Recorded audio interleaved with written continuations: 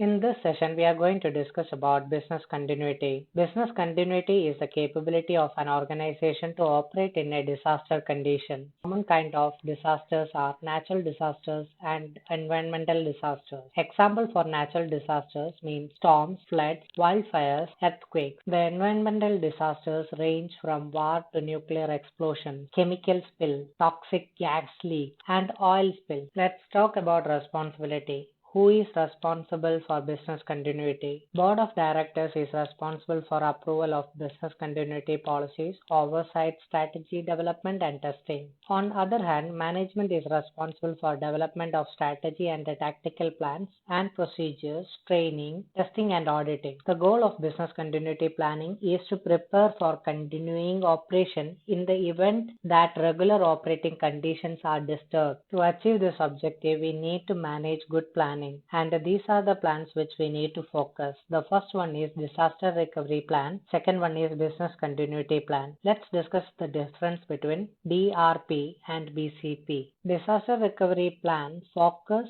on the recovery and restoration of technology, physical plants and people. On other hand, business continuity plan focus on overall approach for keeping the business running during a crisis and following recovery time. Any incident that might have a negative impact on operations, such as a supply chain disruption or the loss or damage of vital infrastructure, should be included in the plan. As such, business continuity planning is a subset of risk management. The procedures is also known as continuity of operations planning in the United States. A business continuity plan describes a variety of crisis scenarios as well as the procedures that company will take in each situation to resume normal operations. BCPs are created ahead of time and might contain safeguards to be implemented. A business continuity plan is a collection of contingencies designed to limit possible harm to firms during unfavorable scenarios. It is often developed with the involvement of key personnel as well as stakeholders. That's all in this session. Please like and subscribe this channel for similar videos.